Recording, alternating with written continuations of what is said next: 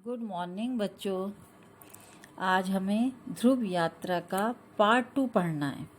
इससे पहले मैंने पार्ट 1 अपलोड कर दिया था, तो पहले पार्ट 1 देखिए, फिर पार्ट 2 देखें। तो शुरू करते हैं पार्ट 2। कि रिपु रोगी ही के पास आया है, विजेता छल है, और उस दुनिया के छल को दुनिया के लिए छोड़िए, पर आप तो जानते हैं। यानी कि रिपुदमन आचार्य मारुति से कहता है। आचार्य: हाँ, चेहरे पर आपके विजय नहीं, पराजय देखता हूँ, शिकायत क्या है? कहने का मतलब यह है कि आचार्य मारुति रिपुदमन से कहते हैं कि मैं आपके चेहरे पर कोई विजय का भाव नहीं देखता हूँ, अपितु मुझे उसमें पराजय ही पराजय दिखाई देती है। रिपु: मैं खुद नहीं जानता, मुझे नींद नहीं आती और मन पर मेरा काबू नहीं जमता हूँ। क्या होता है? जो नहीं चाहता मन के अंदर वह सब कुछ हुआ करता है। जो नहीं चाहता मन के अंदर वह सब कुछ हुआ करता है। खास तौर पर आप क्या नहीं चाहते? क्या कहूँ? यही देखिए कि हिंदुस्तान लौट आया हूँ। यानी कि रिपुदमन आचार्य मारुति से कहता है कि मैं हिंदुस्तान लौट आया हूँ, जबकि ध्रुव पर अभी बहुत काम बाकी है। विजेता शब्द व्यंग्य है। ध्रुव देश भी हम सबके लिए एक उद्यान होना चाहिए, यानी कि एक परिश्रम का स्थल होना चाहिए। क्या अकेला झंडा गाड़ आने से क्या होता है? वह सब काम बाकी है, फिर भी मैं हिंदुस्तान आ गया। भला क्यों? यानी कि रिपुदमन आचार्य मारुति से कहता है, जबकि मेरा काम मतलब छूट गया था, फिर भी मैं हिंदुस्तान आ गया। मारुति गौर से रिपुदमन को देखते रहे। बोले, तो हिंदुस्तान ने आना जरूरी था? हाँ, आना किसी भी तरह जरूरी न था। क्यों? हिंदुस्तान तो घर है। घर क्या मेरा? मेरा घर तो ध्रुव भी हो सकता है। यानी कि रिपुदमन आचार्य से कहते हैं कि घर क्या मेरा, कि मेरा घर तो ध्रुव, यानी कि जिस लक्ष्य को पाने के लिए मैं गया था, मेरा घर तो वहां भी हो सकता है। आचार्य ने ध्यान पूर्वक रिपुदमन को देखते हुए कुछ हंसकर कहा, यानी हिंदुस्तान को छोड़कर कोई घर हो सकता है? राजा रिपु ने उत्साह से कहा, लेकिन क्यों? कोई घर हो, और मेरे जैसे आदमी के लिए। आचार्य: खैर, अब हम काम की बातें करें। अभी मैं कुछ नहीं कह सकता। कल पहली बैठक दीजिए, यानी कि पहले मुझे कल एक समय दीजिए। 3:20 पर डायरी रखते हैं? नहीं, तो अब से कल तक की डायरी रखिए।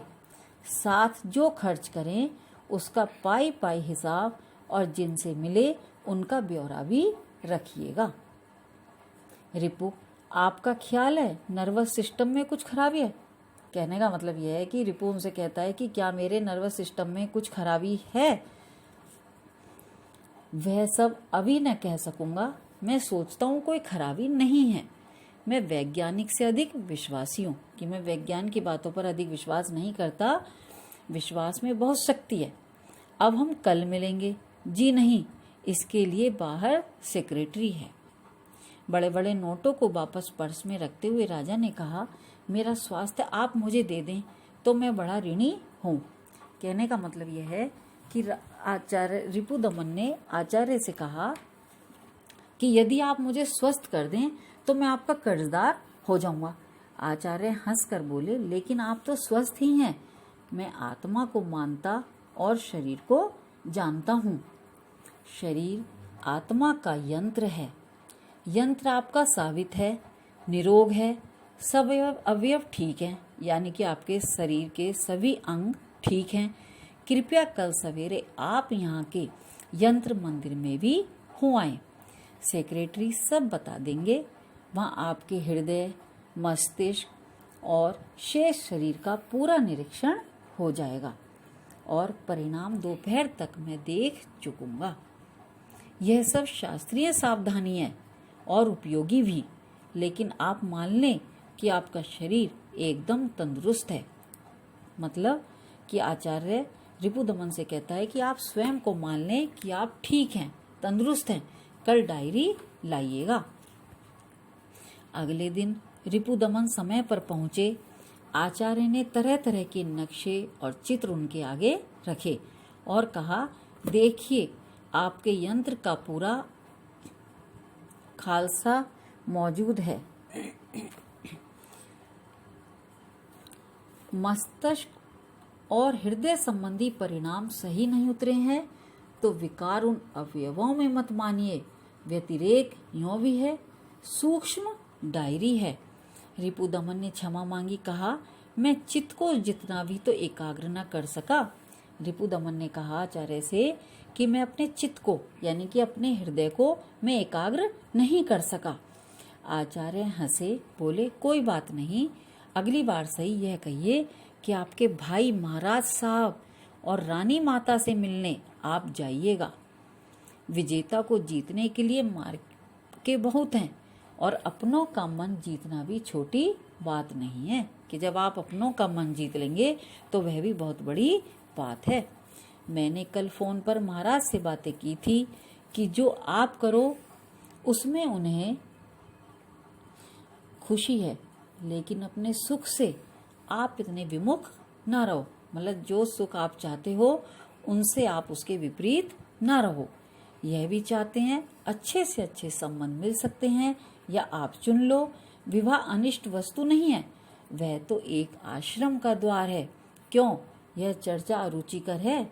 क्या मतलब कि आचार्य रिपुदमन से कहते हैं कि क्या तुम्हें विवाह अनिष्ट वस्तु लगती है, जबकि वह तो एक आश्रम का द्वार है।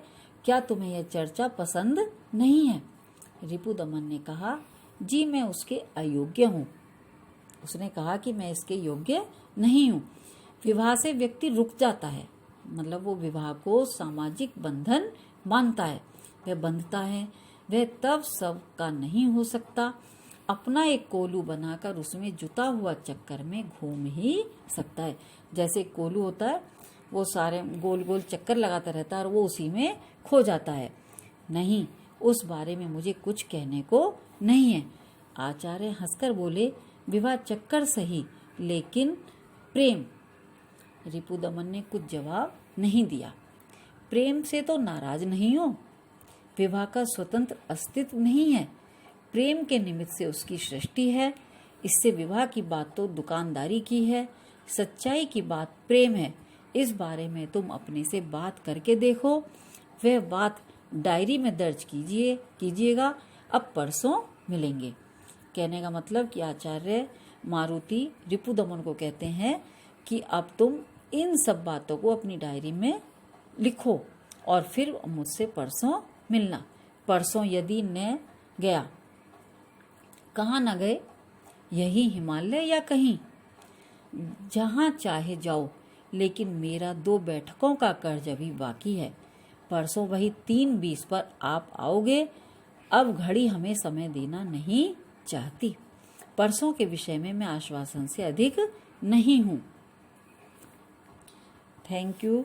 मुझे उम्मीद है कि आपको अच्छे से समझ में आ गया होगा। पार्ट 3 जल्दी ही अपलोड हो जाएगा।